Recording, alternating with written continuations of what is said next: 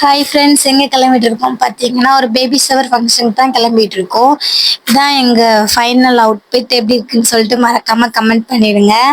அத்தை நாங்கள் வரல அப்படின்னு சொல்லிட்டாங்க. சரி அப்படின்னு சொல்லிட்டு நாங்கள் கிளம்பிட்டு அவங்களுக்கு பாய் சொல்லிட்டு கிளம்பியாச்சு. மண்டபத்தில் தான் வச்சு ஃபங்க்ஷன் நடக்க போகுது. மண்டபத்துக்கு தான் போயிட்டு இருக்கோம். பைக்கில் தான் போகிறோம். மண்டபத்துக்கு வந்தாச்சு. இதுதான் எங்கள் ஊர் மண்டபம். உள்ளே பார்த்தா ஆல்ரெடி ஃபங்க்ஷன் ஸ்டார்ட் ஆயிடுச்சு. எல்லாருமே வளையல் போட்டுட்டு சாப்பிட்டுட்டு இருந்தாங்க. நாங்களும் அடுத்து போயாச்சு.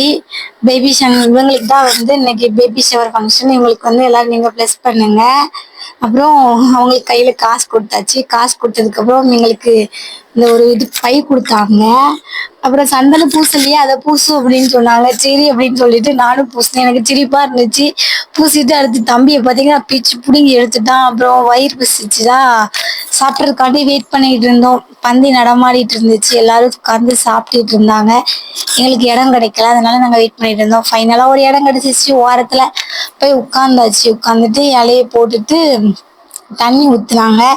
தம்பி அழுதுகிட்டே இருந்தான். யாராச்சும் வாங்குவாங்களான்னு நினச்சிட்டே இருந்தோம். லாஸ்ட் ஒரு அன்னை வாங்கினாங்க. தம்பியை கூப்பிட்டாங்க. ஃபர்ஸ்ட் போக மாட்டேன் நான் சிரிச்சுக்கிட்டே இருந்தான். தம்பி கூட பேசிட்டே இருக்கும் போதுல இங்க கூட்டு வைக்க ஆரம்பிச்சாச்சு. அப்பளம் வச்சுட்டாங்க, சோறும் வச்சுட்டாங்க. ஒரு சைடு சாம்பார் மணக்க ஊத்திட்டாங்க.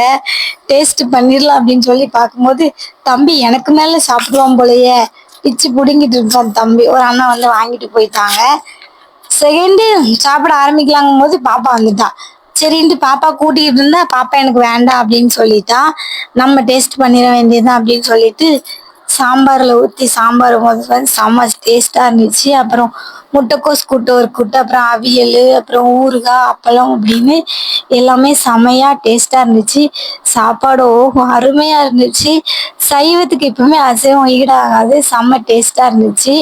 அப்புறம் பாயாசம் வேற வச்சுருந்தாங்க. சூப்பராக இருந்துச்சு. யாரெல்லாம் இதே மாதிரி சைவ சாப்பாடு சாப்பிட்ருக்கீங்க அப்படின்னு சொல்லிட்டு மறக்காம கீழே கமெண்ட் பண்ணுங்க. சிக்கன் மட்டன் விட தான் நல்லா இருந்துச்சு. அப்புறம் அவ்வளோதான், ஒரு வழியா சாப்பிட்டு முடிச்சுட்டு அப்புறம் வீட்டுக்கு கிளம்பியாச்சு.